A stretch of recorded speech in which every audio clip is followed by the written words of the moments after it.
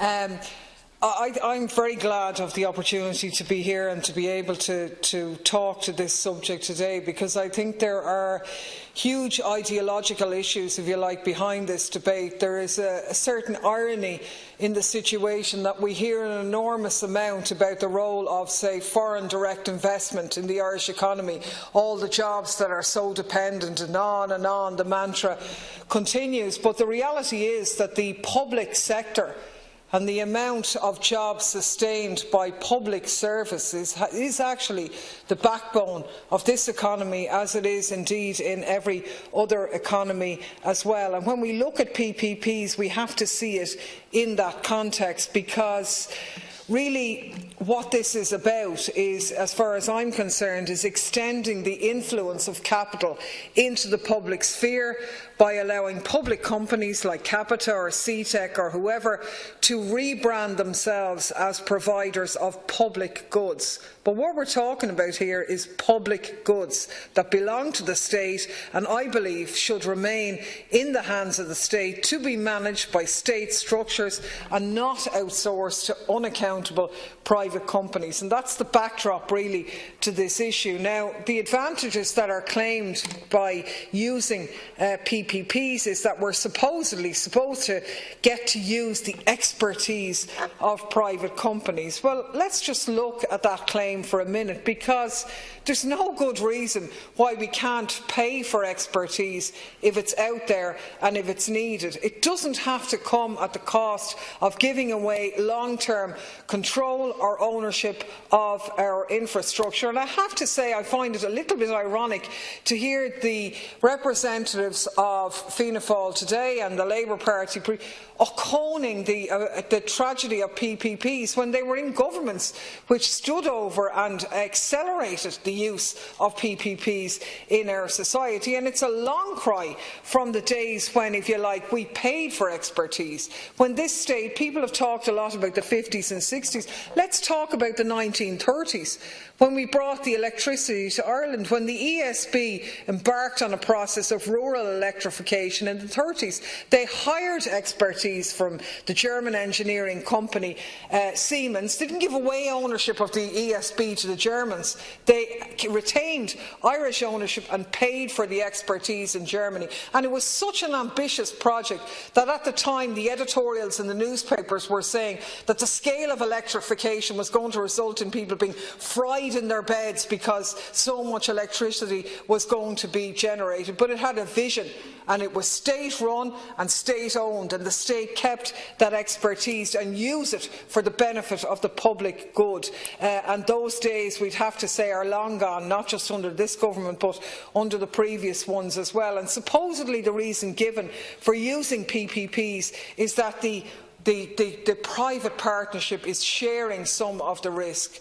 What a load of absolute and utter rubbish. It just isn't true, because at the end of the day, we all know that when private concerns are involved in public infrastructure projects, the public infrastructure project itself is too important to fail, so invariably the state always ends up stepping in to complete the project and pay off any debts that have been accrued along the way. And I do think that the example of Carillion is a very obvious example, and that the real reason now why the government is looking at PPPs is because of that debacle. I mean, this was a huge private company who had been handed massive public contracts in the areas of health, education, construction, even school dinners. Using private companies like this to finance public infrastructure projects off the balance sheet, as it were, is incredibly risky.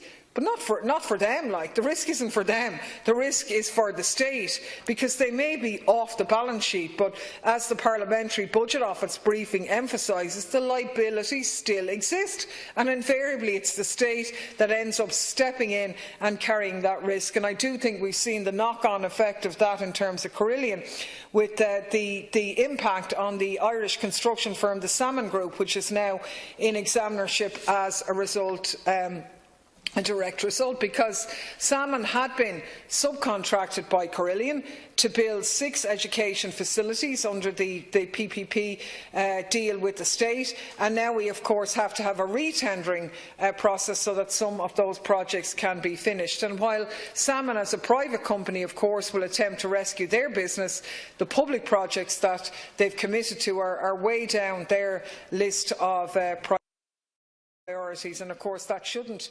surprise us, because as soon as Carillion began to struggle, their board began to change their own rules, not so that the public could get this important public job that we'd signed up to, but of course to protect the executive bonuses in that company. The CEO received a £1.5 million golden handshake on top of his £600,000 salary, despite the battle that was stood over there. And I think that's what we need to be aware of when we commit €9.6 billion of taxpayers' money to public expenditure in PPPs. Now, there are obviously a lot of PPPs. Many of them are just privatisation by another name, and we need to see transparency on all of the categories. I have to say, in terms of value for money for the state, as well as efficiency in the delivery of service. And the area of broadband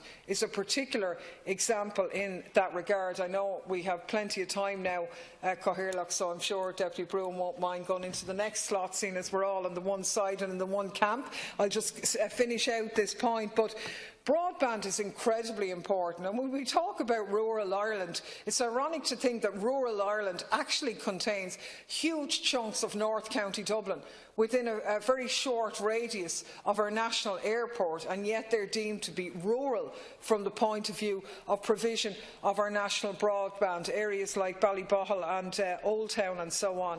And we look at the scheme that's out there now.